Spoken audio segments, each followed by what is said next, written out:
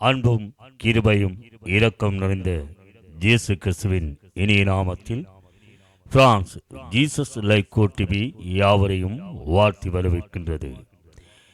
நாங்கள் தொடர்ச்சியாக ஜெபத்தை குறித்து தேவ செய்தியினூடாக பார்த்து வருகின்றோம். கடந்த நாட்களில் ஜெபத்திலே தாழ்மையுள்ள ஜெபம், அடுத்ததாக மன்னிக்கின்ற ஜெபம், குறையில்லாத ஜெபம், அடுத்ததாக ஜெபம் பண்ண வேண்டிய விதம், அடுத்ததாக நாங்கள் பார்த்தோம் ஜெபம் பண்ண வேண்டிய நேரங்களை குறித்து பார்த்தோம். இன்றைக்கு தொடர்ச்சியாக விசுவாசம் உள்ள ஜெபத்தை குறித்து நாங்கள் பார்க்க போகின்றோம். தேவன் தாமே எங்களை வழிநடத்துவாராக. அவருடைய சித்தத்தின்படி தேவ செய்தியை கேட்டு தேவ செய்திக்கு இணங்க நாங்கள் எங்களை வழிநடத்தவும், ஜெபத்தை நாங்கள் எவ்விதமாக பண்ண வேண்டும், எவ்விதமான ஜெபங்கள் இருக்க வேண்டும் என்பதை குறித்து நாங்கள் பார்க்கின்றோம். இந்த வேளையிலும் தேவன் எங்களோடு செய்தியினூடாக வெளிப்படுவாராக. இன்றைய ஜெபத்தின் செய்தியில் விசுவாசமுள்ள ஜெபத்தை குறித்து நாங்கள் பார்க்க போகின்றோம். வார்த்தைக்கு ஆதாரமாக மார்க்கின் புத்தகம் 11ஆம் அதிகாரம் 22ஆம் வசனம், 23ஆம் வசனம், 24ஆம் வசனத்தை பார்ப்போமானால், இயேசு அவர்களை நோக்கி, தேவனிடத்தில் விசுவாசமாயிருங்கள், எவனாகிலும் இந்த மலையை பார்த்து நீ பெயர்ந்து சமுத்திரத்திலே தள்ளுண்டு போ என்று சொல்லி தான் சொன்னபடியே நடக்கும் என்று தன் இதயத்தில் சந்தேகப்படாமல் விசுவாசித்தால் அவன் சொன்னபடியே ஆகும் என்று மெய்யாகவே உங்களுக்கு சொல்லுகிறேன். ஆதலால் நீங்கள் ஜெபம் பண்ணும் போது எவைகளை கேட்டுக்கொள்வீர்களோ அவைகளை பெற்றுக்கொள்வோம் என்றும் விசுவாசியுங்கள், அப்பொழுது அவைகள் உங்களுக்கு உண்டாகும் என்று சொல்கிறேன். அல்லேலூயா. ஆண்டவரே, இந்த நேரத்திலும் ஆண்டவரே விசுவாசத்தை குறித்து, ஜெபத்திலே விசுவாசத்தை குறித்து ஆண்டவரே எங்களுக்கு நீர் கற்றுக் கொடுக்க போகிறீர், போதிக்கப் போகிறீர் ராஜா. இந்த வார்த்தையை இந்த இணையதளங்கள் மூலமாக, இந்த ஜீசஸ் லைக் கோட்டை மூலமாக கேட்கின்ற ஒவ்வொரு பிள்ளைகளையும் ஆண்டவரே உமது பாதத்திலே ஒப்புக் கொடுக்கிறேன். ஆண்டவரே என்னையும் ஒப்புக் கொடுக்கிறேன் ராஜா.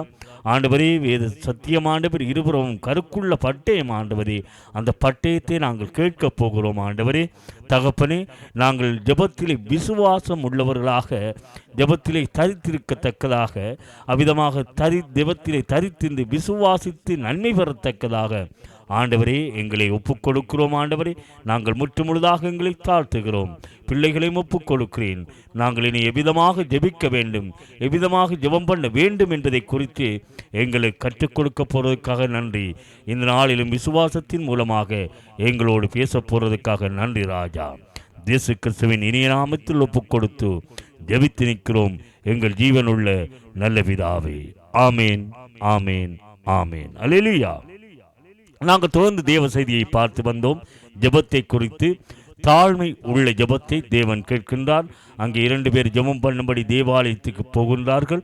ஒருவன் பரிசேயன், ஒருவன் ஆயக்காரன். பரிசேயன் தன்னை உயர்த்தி ஜெபித்ததனால் அவனுடைய ஜெபம் கேட்கப்படவில்லை.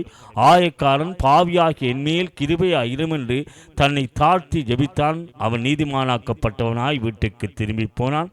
மற்றது, எங்களுக்குள்ளே ஒருவர் வேறு குறைந்தானால் அந்த குறையை மற்றவர்களுக்கு மன்னிக்க வேண்டும், அப்பொழுது பரலோகத்தில் இருக்கிற பிதா எங்களுடைய தப்பிதங்களை, எங்களுடைய குறையை மன்னிப்பார் என்று பார்த்தோம். அடுத்ததாக நாங்கள் ஜெபம் பண்ண வேண்டிய விதத்தை குறித்து பார்த்தோம்.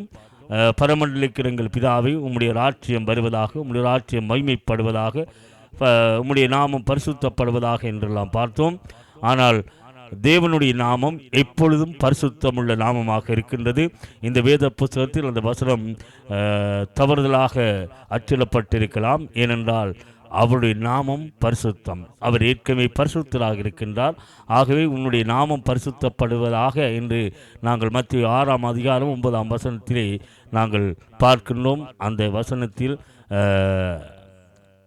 அச்சிடப்பட்டவை பிழையாக இருக்கலாம். ஆனால் நாங்கள் ஜெபிக்கும் போது உமது நிமித்தம்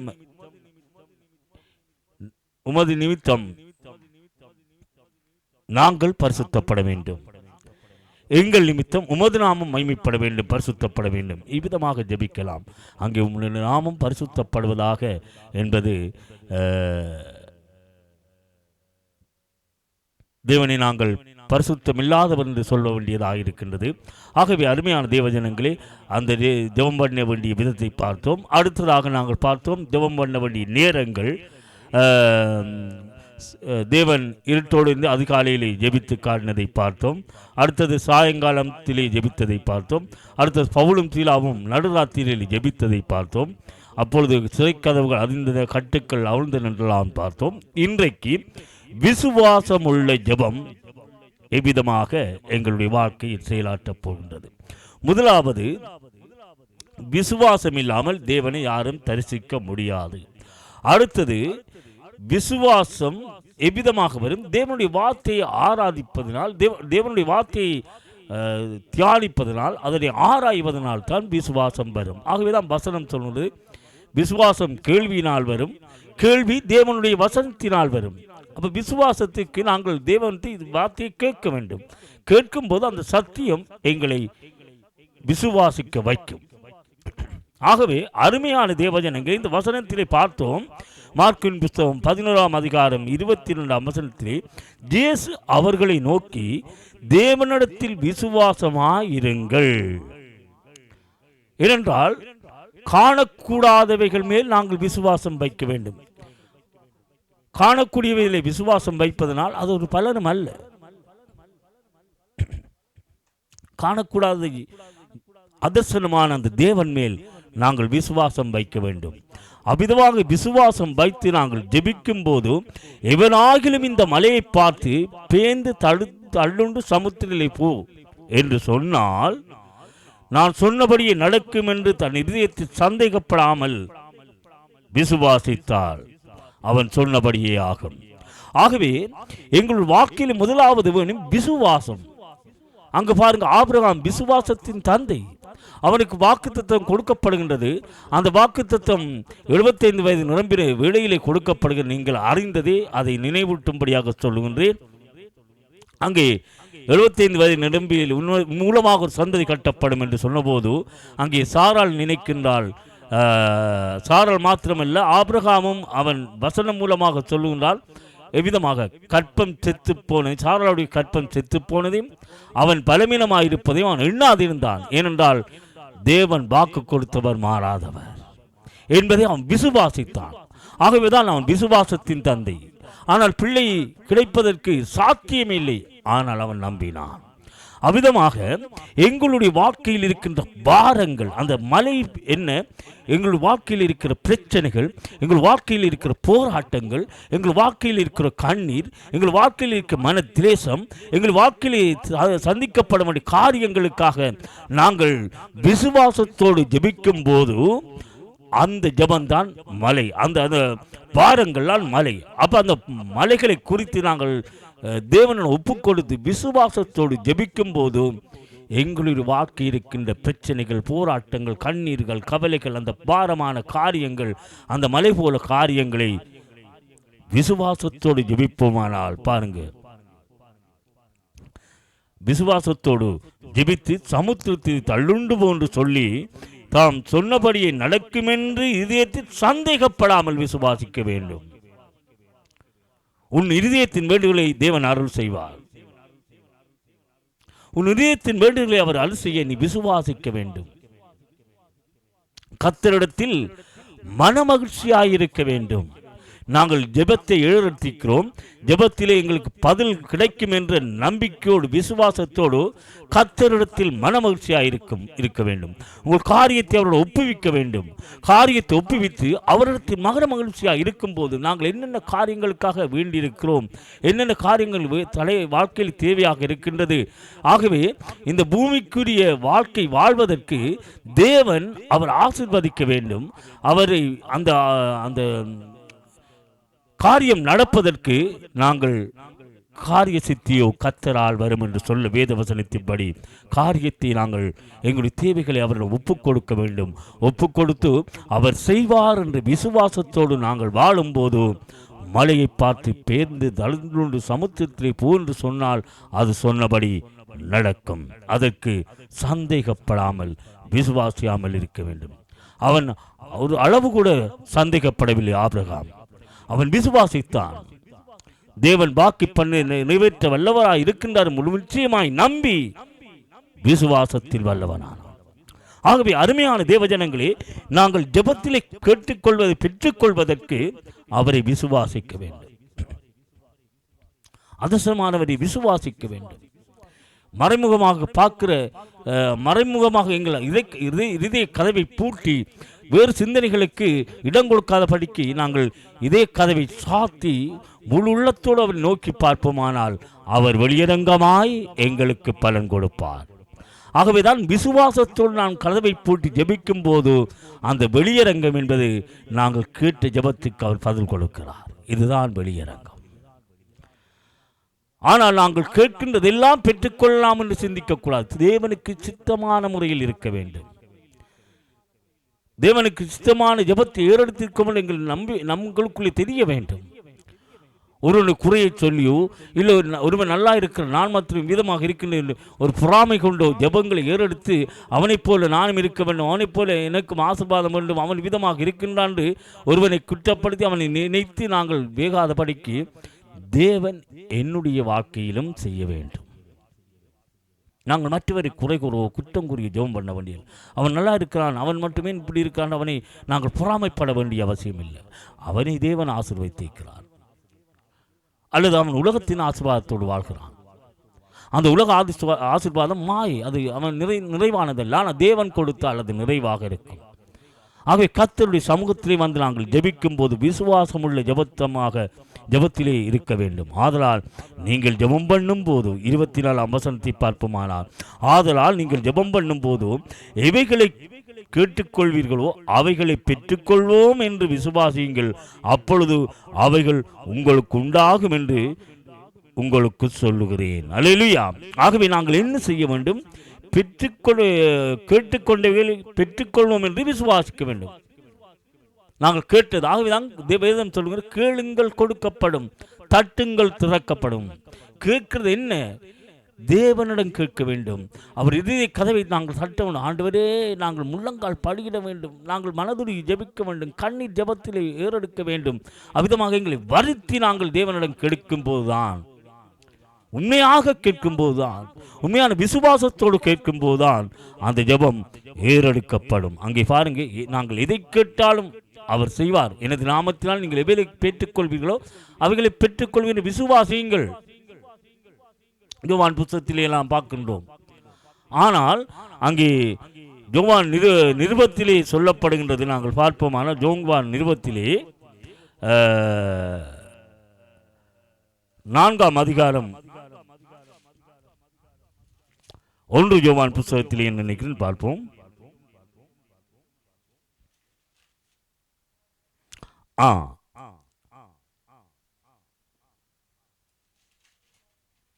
ஒன்று யோவான் 5ஆம் அதிகாரம் 14ஆம் வசனம் விதமாக சொல்லும், நாம் எதையாகிலும் அவருடைய சித்தத்தின்படி கேட்டால் அவர் நமக்கு செவி கொடுத்தார் என்பதே அவரை பற்றி நாம் கொண்டிருக்கிற தைரியம். அல்லேலூயா. நாம் எதையாகிலும் அவருடைய சித்தத்தின்படி கேட்க வேண்டும். அதுதான் நான் பார்த்தோம். கேட்பது கர்த்தருக்கு பிரியமாக இருக்க வேண்டும். ஆகவே தானியேலை குறித்து பிரியமானவனே என்று சொல்கிறார். அவன் வேண்டிக் கொள்வதற்கு முன்பே அவனுக்கு கட்டளை வெளிப்பட்டேன், அவனுடைய ஜெபம் தேவனுக்கு பிரியமாய்ந்தது. அங்கே நாங்கள் சொன்னது போல 3 வேளை அவன் ஜெபித்தான், பிரியமுள்ள ஜெபம் எடுத்தான், அவனுடைய ஜெபம் கேட்கப்பட்டது. ஆகவே நாங்கள் பார்க்கின்றோம், அவருடைய சித்தத்தின்படி ஒருவன் இல்லாமல் போக வேண்டும், ஒருவன் நாசமாக போக வேண்டும், அவருடைய வருமானங்கள் அவனுடைய வியாபாரங்கள் அழிந்து போக வேண்டும் என்று, நான் மட்டும் நல்லா இருக்க வேண்டும், என்னை மட்டும் ஆசீர்வதியும் என்று ஜெபித்தோமானால் அந்த ஜெபம் கேட்கப்படாது. அது தேவனுக்கு சித்தம் அல்ல. நிற்கவன் உனக்கு தேவைக்கு என்னை ஜெபிக்க வேண்டும். மற்றவரை சொல்லியோ மற்றவர் நல்லா இருப்பதனால் அவன் நல்ல நாசமாய் போய்விடணும் என்று நாங்கள் ஜெபிக்கக்கூடாது. உனக்கு என்ன தேவையோ நீ கேட்டுக்கொள். அது தேவனுக்கு சித்தமாக இருந்தால் அவர் அதை கொடுப்பார். ஆகவே நாங்கள் எவ்விதமாக ஜெபத்தை ஏறெடுத்தாலும் எதையாகிலும் கேட்டு அவருடைய சித்தத்தின்படி விசுவாசம் உள்ளவனாய் கேட்கும் போதோ அதை நீங்கள் பெற்றுக்கொள்வீர்கள் என்று வேதம் சொல்லுகின்றது. அல்லேலூயா. இவ்விதமாக நாங்கள் விசுவாசத்திலே ஜெபத்தை ஏறெடுக்க வேண்டும். நாங்கள் நினைக்கலாம் இது நடக்காது என்று நீங்கள் நினைத்து அவிதமாக விசுவாசிக்கூடாது. நடக்கும். தேவனால், மனிதனால் கூடாது. தேவனால் எல்லாம் ஆகும். வானத்தையும் பூமியை உண்டாக்கின சர்வ சிருஷ்டிகரால் எல்லாம் ஆகும். அவர் எங்களை ஐஸ்வர்யம் ஆக்கும்படிக்கு அவர் தரித்திரரானார். ஆகவே அவரால் எல்லாம் ஆகும். அவர் எங்களை மீட்கும் பொருளாக தன்னைத்தானே ஒப்புக் கொடுத்தவர். ஒருவரின் தரித்திராக இருப்பதற்கு பிரியமல்ல. நாங்கள் ஐஸ்வர்யவான்களாக சமாதானத்தின் தேவனை தரித்தவர்களாக, சமாதானத்தை ஏற்றுக்கொண்டவர், சமாதானத்தோடு வாழ்வர்களாக வாழ வேண்டும் என்பதே அவருக்கு பிரியமாக இருக்கின்றது. நீங்கள் எப்பொழுதும் சந்தோஷமாக இருக்க வேண்டும் என்று தேவன் விரும்புகிறார். ஆகவே அருமையான தேவஜனங்களே, இவ்விதமாக நாங்கள் ஜபத்திலே தரித்திருப்பதற்கு, இவ்விதமான விசுவாசம் உள்ள ஜபம் ஏறெடுப்பதற்கு பரிசுத்த ஆவிக்குள் நிரம்பி நாங்கள் ஜபிக்க வேண்டும். மாமிசமாக எங்களுடைய மாமிசத்தின் பிள்ளைகளில் நாங்கள் ஜபிக்கக்கூடாது. பரிசுத்த ஆவிக்குள் நிரம்பி ஜபிக்கும் போது அந்த ஜபம், அந்த விசுவாசம் உள்ள ஜபம் உங்களை ரட்சிக்கும், உங்களை மீட்கும், உங்கள் தேவைகளை சந்திக்கும், உங்கள் குறைகளை நிறைவாக்கும், உங்கள் வியாதியை நீக்கும், உங்கள் கடன்பாரத்தை மாற்றும், உங்களுக்கு வறுமையை மாற்றும். அந்த ஜபம் விசுவாசம் உள்ள ஜபமாக இருக்க வேண்டும். ஆகவே அடுத்ததாக நாங்கள் பார்க்க போகும் ஜபம் விசுவாசம் உள்ள ஜபம். ஆவிக்குள் நிரம்பி ஜபிக்க வேண்டும். நீங்கள் விசுவாசிக்கும் போது ஆவிக்குள் நிரம்பினவர்களாக விசுவாசிக்க வேண்டும். அங்கே யூதாவின் புஸ்தகம் 20ஆம் வசனத்திலே சொல்ல ஒன்று, யூதா ஒரு புஸ்தகம் தான் இருக்கிற, அந்த புஸ்தகத்திலே 20ஆம் வசனம் சொல்லு, நீங்களோ பிரியமானவர்களே உங்கள் மகா பரிசுத்தமான விசுவாசத்தின் மேல் உறுதிப்படுத்திக் கொண்டு பரிசுத்தாவிக்குள் நிரம்பி ஜெபம் பண்ணுங்கள். அல்லேலூயா. ஆகவே விசுவாசத்தில் உறுதியாக இருக்க வேண்டும். உங்கள் விசுவாசம் அதாவது மலையை பார்த்து பேர்ந்து சமுத்திரத்தை தள்ளுண்டு போ என்றால் போக வேண்டும். அந்த மலை போன்ற பிரச்சனைகள் எங்களை விட்டு அகல வேண்டும் என்று விசுவாசித்து ஜெபிக்க வேண்டும். தேவனால் எல்லாம் ஆகும். அந்த விசுவாசம் உள்ள ஜெபம் பிணியாளியை ரட்சிக்கும். ஆகவே இங்கு பாருங்க, நீங்களோ பிரியமானவர்கள் உங்கள் மகா பரிசுத்த விசுவாசத்தின் மேல் உங்களை உறுதிப்படுத்தி கொண்டு நீங்கள் உறுதிப்படுத்த வேண்டும். உங்கள் விசுவாசத்தில் உறுதியாக நிற்க வேண்டும். தேவன் இதை செய்வார், தேவன் இதை மாற்றுவார், தேவன் இந்த குறையை நிறைவாக்குவார், தேவன் இந்த வியாதியை மாற்றுவார், தேவன் இந்த கல்பாரத்தை மாற்றுவார், தேவன் என்னுடைய பிரச்சனைகளை இல்லாமல் பண்ணுவார் என்ற உறுதியோடு பரிசுத்தாவிக்குள் நிரம்பி ஜெபிக்கும் போது அந்த ஜெபம் கேட்கப்பட்டு அதனது நேரத்தில் ஏற்ற காரியங்களை, ஏற்ற வெற்றியை தேவன் தருவார். ஆமேன். ஆகவே எங்களுடைய ஜெபங்கள் தூபம் போல் தூப கலசத்திலே சேர்க்கப்படுவதற்கு பரிசுத்த ஆவிக்குள் நாங்கள் நிரம்பி ஜெபிக்க வேண்டும். தூபம் போல் எம் ஜெபங்கள் ஏற்று கொள்ளும் ஐயா, மாலை பனி போலும் கைகளை உயர்த்தினோமையா, உம்மை நோக்கி கதறுகிறோம், விரைவாயுதவி செய்யும். உம்மை நோக்கி கதறுகிறோம், விரைவாயுதவி செய்யும். தூவம்போல் என் ஜெபங்கள் ஏற்றுக்கொள்ளுமையா. ஆகவே எங்கள் ஜெபங்கள் கேட்கப்படுவதற்கு வானமண்டலத்தின் பொல்லாத ஆவிகளின் சேனைகளோடு போராட்டி பரிசுத்த ஆவிக்குள் நிரம்பி ஜெபிக்கும் போது அந்த ஜெபம் பரமண்டலத்தில் கேட்கப்படும். நாங்கள் எங்களுக்குள்ள குறைகளையும் குற்றங்களையும் மாமிசத்தோடும் இரத்தத்தோடும் போராடி கொண்டிருந்தோமானால் எங்கள் ஜெபங்கள் கேட்கப்படாது. பரிசுத்த ஆவிக்குள் நிரம்பி அந்தகார வானமண்டலத்தில் பொல்லாத ஆவிகளின் சேனைகளோடு போராடி ஜெபிக்கும் போது, பரிசுத்த ஆவிக்குள் நிரம்பி ஜெபிக்கும் போது, விசுவாசத்தையும் உறுதிப்படுத்தி கொண்டு ஜெபிக்கும் போது அந்த ஜெபம் கேட்கப்படும். கர்த்ததாமே உங்கள் ஜெபத்தை கேட்பார். இவ்விதமான ஒழுங்கோடு ஜெபிக்கும் போது தேவன் உங்கள் ஜெபத்தை கேட்டு உங்களை ஆசீர்வதிப்பார். ஆமென். ஆண்டவரே, இந்த வேளையில் நாங்கள் இந்த ஜெபத்தை பார்த்திருக்கிறோம் ராஜா. விசுவாசம் உள்ள ஜெபத்தை குறித்து பார்த்திருக்கிறோம். இவ்விதமாக எமது பிள்ளைகள் ஆண்டவரே விசுவாசத்தின் மேல் தங்களை உறுதிப்படுத்திக் கொண்டு விசுவாசத்தினால் ஜெபத்திலே வெற்றி பெறத்தக்கதாக, பரிசுத்த ஆவிக்குள் நிரம்பி ஜெபிக்கத்தக்கதாக ஆண்டவரே பிள்ளைகளை ஒப்புக் கொடுக்கிறேன் ராஜா. தேவன் எங்களுக்காக தரித்திரானார். ஆகவே அவ்விதமான தேவன் இன்றும் ஜீவித்துக் கொண்டிருக்கின்றார். இனியும் சுமப்பேன், இனியும் தப்பிவிப்பேன் என்று சொன்ன தேவன் இனியும் உங்களை ஆசீர்வதிப்பார். ஜெபத்தில் நாங்கள் தரித்திருப்போம். தேவன் எங்களை வழி நடத்துவார். இயேசு கிறிஸ்துவின் நாமத்தை ஜெபிக்கிறோம் எங்கள் ஜீவனுள்ள நல்ல பிதாவே. ஆமேன், ஆமேன், ஆமேன்.